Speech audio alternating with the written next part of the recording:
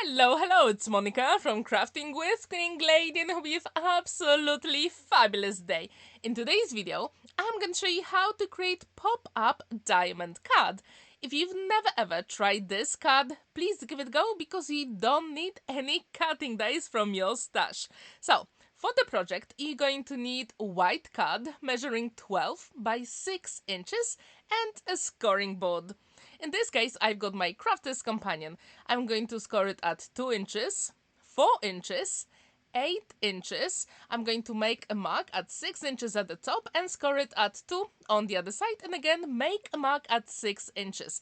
So now we're going to connect that 6 inches with the line at the very bottom. If you do have a black line going through your scoring board, like in this case, it really helps a lot to put those two elements together. So if you do have your scoring board, I do suggest you create that black line. I use a black Sharpie to do it.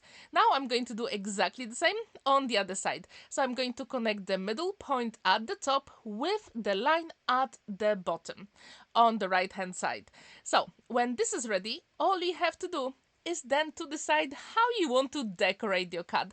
So our card base is ready. Now you can use your bone folder or scoring tool to fold and burnish all those lines. And what's really good about this, it will be flat in the envelope. So if you've never ever tried that pop-up diamond card, I really hope you'll give it a go. You can always use anything from your stash. You don't have to use exactly the same design papers or digi stamps I use here. But if you do, I really hope you will like them. So, as you can see, I'm doing it on both sides because we want this card to move freely. And with heavyweight card, it is best to fold and burnish both sides. Now, as you can see, I'm trying to fold it and it is super cool so far. And at this point, you can decide where is the front of your card. And to be honest, there will be plenty of space to write your message on the back. And I'm going to use some beautiful design papers from Polkadoodles and also Digistamp. If you've never heard about Polkadoodles, if you sign in with the newsletter, you get amazing emails with lots of coupon codes to use on the website. So please check it out. Now I'm going to use my scoring tool to fold and burnish all those lines on a diamond because I want to make sure that this card will stand proudly on a flat surface. Now it will be time to decorate our card. So from Polkadoodles I printed beautiful Spring into Easter design papers, and all the names and the links will be in the description down below if you want to check them out. So as you can see, I decided to use some blues and orange because I thought let's go with some complementary colors for Easter. So I'm going to create those panels here, and it was super easy to create. You can always use your trimmer or guillotine. In this case, I use my guillotine from Crafter's Companion because it is super easy to measure it. And whenever you want to create mats and layers, I always leave 1/4 of an inch, and this way every single thing is beautifully even, and that's what I like about card making. Now it is time to put the elements on the card. As you can see, I'm using my one and only liquid glue, magic glue, and it's always a good idea to actually burnish those elements with your fingers because we want those elements to be adhered forever. Now I created those two diamonds and I'm going to place that orange one on top of the blue because I thought that will give me more interest. What is your favorite color palette for spring? Please let me know in the comments down below. And if you haven't seen my video from yesterday about decorative stepper card, the link is at the top right corner. And as I told you yesterday, this week is going to be very busy because I'm planning to have quite a few videos. So stay tuned for that because tomorrow I'm going to have a Dutch card on my channel which is a part of a collaboration with Paper Mona. Now I'm going to put those blue triangles here, and at this point I thought I really like some contrast on my card. So I've got some blues and oranges. So if you do start with your blue, or you can also use some green and red for complementary colors, or yellow and purple, that will work as well. I'm going to use the orange ones for those small triangles here.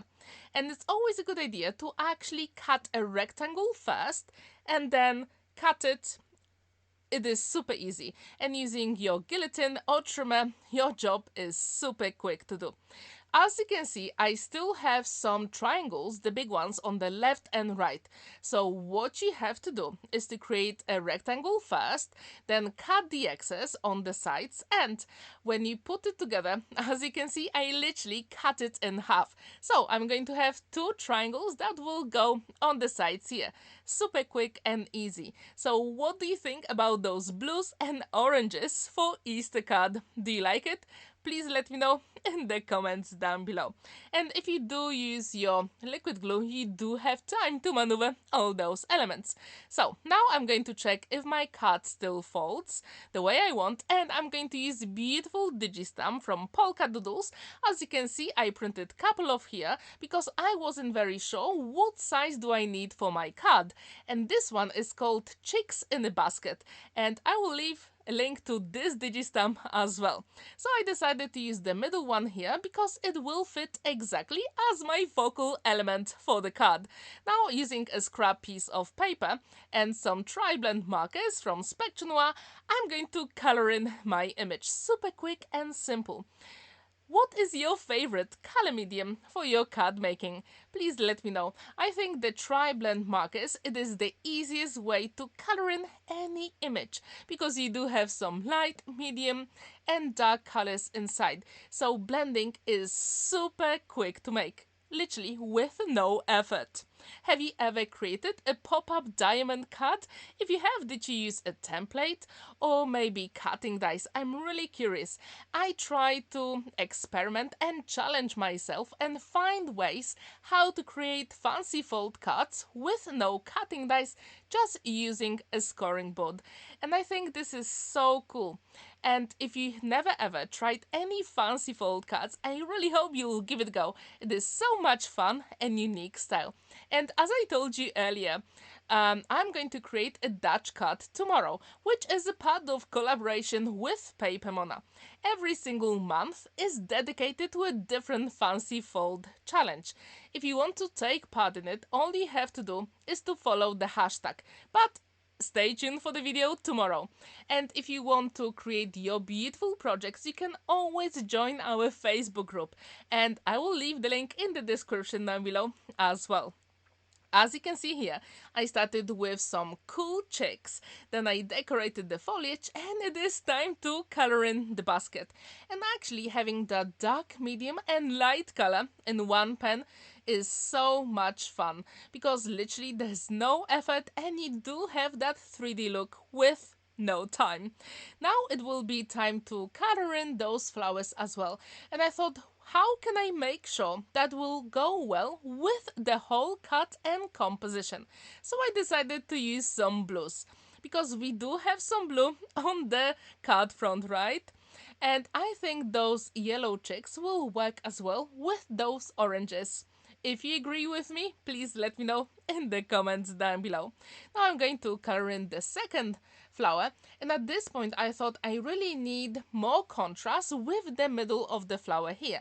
And here with the tri-blend markers, I didn't have bright yellow, let's say too bright. So I had a look at my stash and I chose those markers from the works. They are super inexpensive, but they really work very well, especially with coloring small images. Now, as you can see, this card bleeds through because we did use some alcohol markers. I'm going to use my scissors to cut the image out, super quick and simple. So, as I said before, you don't need any cutting dice to create this card. And I also wonder, how many Easter cards have you created? And if you haven't, I will still have some inspiration for you on my channel this week for some super cool fancy fold Easter cards. So stay tuned for that. Trust me, you don't want to miss them. So when this is ready, it will be time to put all those elements together.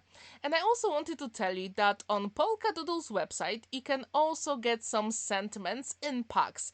And this one is Spring into Easter collection, and I'm going to show you the Happy Easter sentiment later on. But what's really good about those sentiment packs, you have a lot in there with different fonts, and they are simply beautiful. And if you print them on one sheet of paper, you do have plenty for lots of different projects. So it is time to add here our cheeks as a focal element, and at this point I thought, should they go exactly in the middle or maybe a little bit lower? As you can see, with the sentiment I decided to add a little bit more interest. Again, I'm just using my scissors, so you don't need any cutting dice for this step. And I thought, how can I make sure that the sentiment will match the whole card together? So I still have some alcohol markers on the side, and using that blue one here, I thought it will work so well just to make sure it will go together with the background papers. So do you use that technique for your sentiments, or do you prefer to use your inks tool and ink blending tool? Please let me know what's your preferred style. So when this is ready, it will be time to put those elements together. And again, I'm going to use my one and only liquid glue, magic glue, because I do have time to maneuver those elements. And this is my go-to glue when it comes to card making. When this is ready, I thought I really like this card, but can I add a little bit sparkle to it? And of course, so I'm going to use some blue gems from HobbyCraft. And now the card is complete. As you can see, I put some gems in the corners, but also on that diamond. The card stands proudly on a flat surface, and you can fold it flat to go in the envelope. There is plenty of space to write your message here. What do you think about this style? I really hope you'll give it a go, because it was so much fun to create. If you've enjoyed this video, and if you do create your own, please let me know in the comments down below, because I would absolutely love to see it. Thank you so much for watching and spending that time with me. Don't forget to like this video, give it a thumbs up, and subscribe to my channel if you're new. And don't forget that tomorrow I'm going to have super cool Dutch card for you. Have a wonderful day and happy crafting! Bye!